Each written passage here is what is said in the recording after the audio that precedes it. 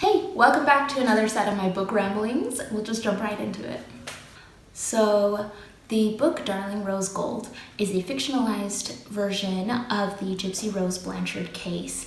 And if you did read anything about that in the news, this is following a girl whose mother abused her all growing up by poisoning her, starving her, in order to make neighbors and medical professionals think that Rose was very ill so that she could get special treatment and that her mom could always be the protector and the carer.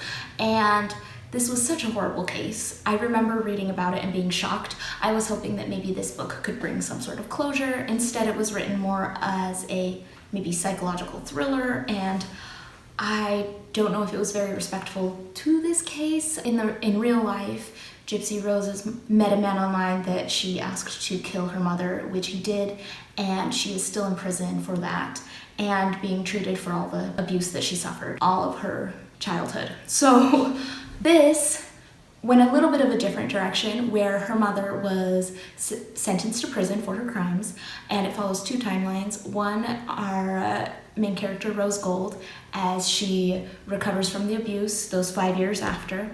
And then the other timeline is following Rose Gold's mother, Patricia, when she is let out of prison and Rose Gold decides to take her in.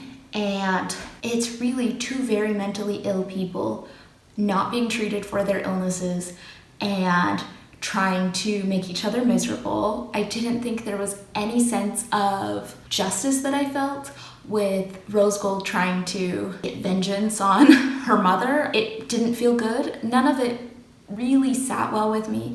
I did not like this. I think the one thing that I did get out of this book was just a reminder at how oftentimes we treat real mental illnesses as a criminal offense when we should be.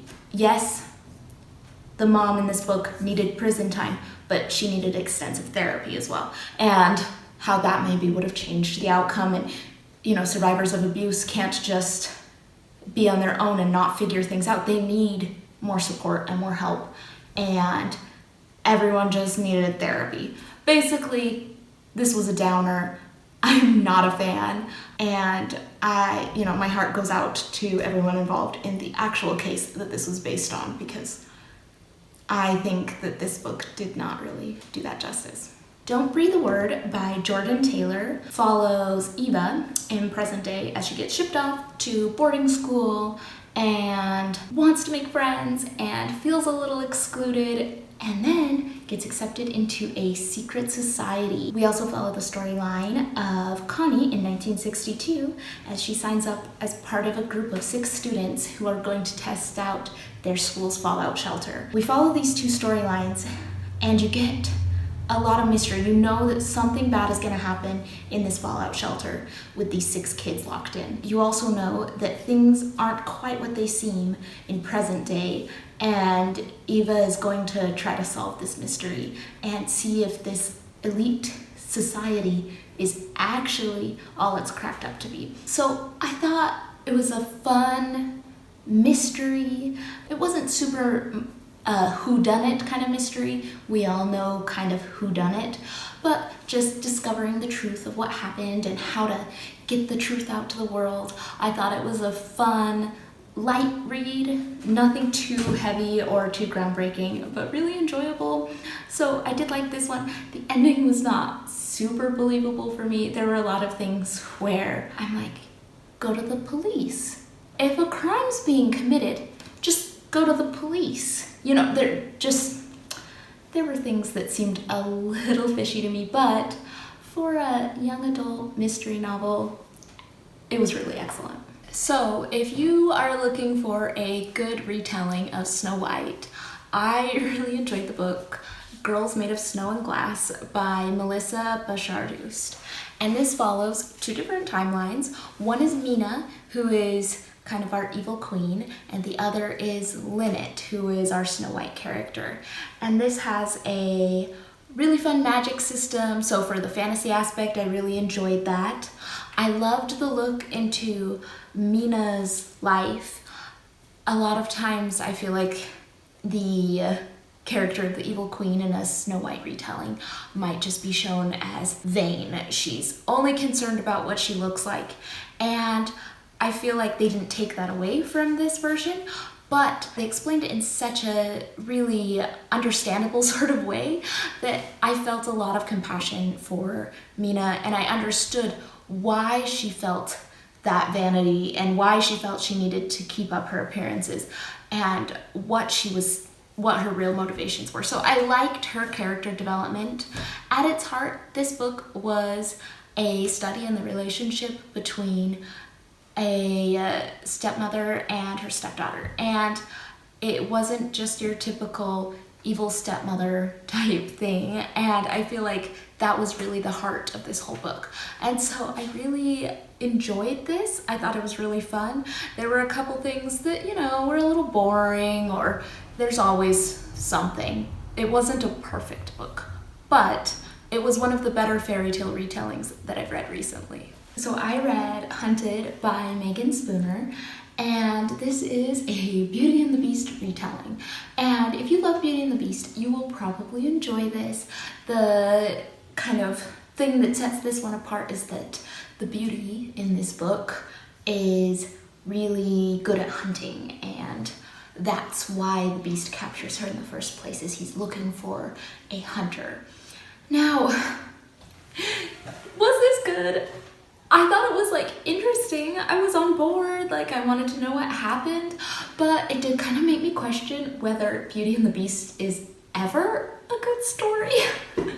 I don't know if it was specifically the writing in this book, or if I just came to this realization, this is not okay. Just the relationship dynamics in this situation.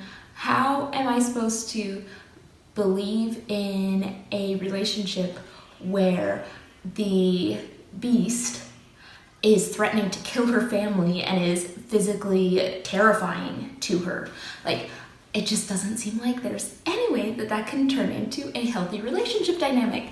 And in this book, shout out to the friend in this book that sits Beauty down and tells her, hey, some women stay with men that are not safe because they think that they love them and that it's really necessary, but that's not healthy. And instead of causing Beauty to have a realization that, oh yeah, this might be not a great dynamic, that's when she realizes, oh no, this dynamic doesn't apply to us and I actually love him.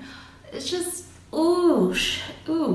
I mean, is the whole purpose of Beauty and the Beast to teach young, impressionable girls that men aren't really bad?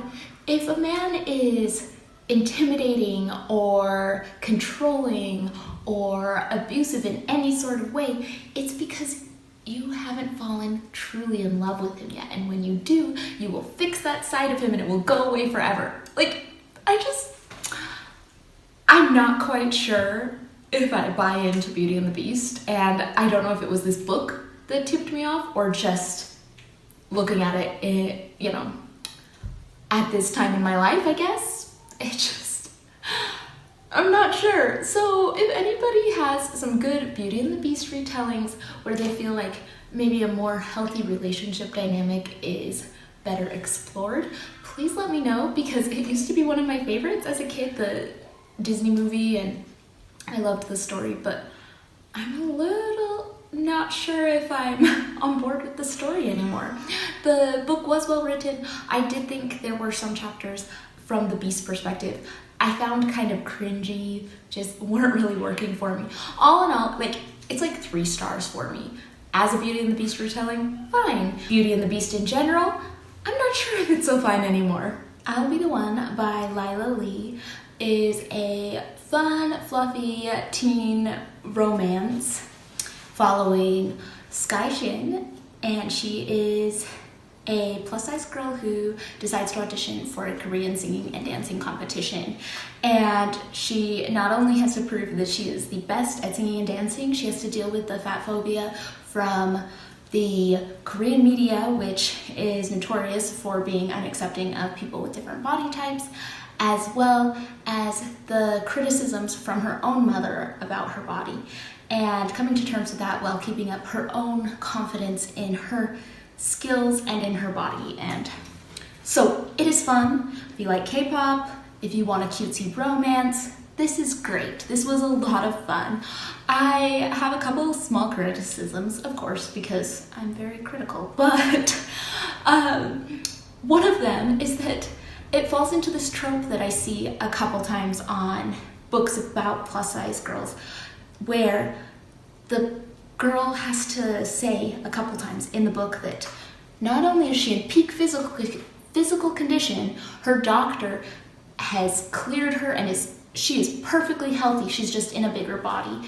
And I mean, how often do you ever read a book where some skinny girl has to say, well, yeah, I'm skinny, but I'm in peak physical condition and my doctor says I'm okay, so it's fine with how I look.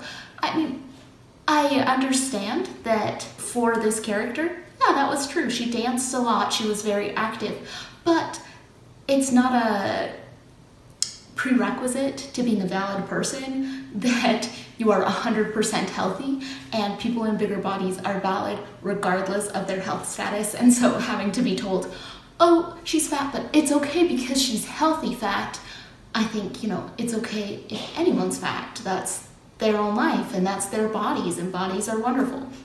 So I have a little bit of a beef with that. I do think that it did address a lot of important issues surrounding fat phobia in media, specifically Korean media, but none of this goes into super depth. It is at the end of the day, a light, fluffy rom-com type book. And I think if you're looking for that, you're really going to enjoy this one. I would recommend reading this book and not the audiobook. I found the voice actor to be kind of boring, and I don't feel like she really made the dialogue very believable and fun, but I think reading it would probably be good. Also, this is my little thing. Sky falls asleep in every car ride in this book. I think the author did not know how to write time passing during a car ride. I have no idea why, but every time Sky would get into a car, it would cut to, and I woke up and we were at our destination. And I thought that was a little weird. So I don't know if the writing is super solid, but it was fun to get through and really a fun, fluffy read. If you have made it this far in the video, thank you so much for coming along with me. If you have any thoughts on these books, or especially book recommendations, I would love to hear them. My list is really dwindling and I need some new books. Thank you, as always, to the beautiful and talented Sydney, and I will have her Instagram linked down below. And I will see you all in the next video.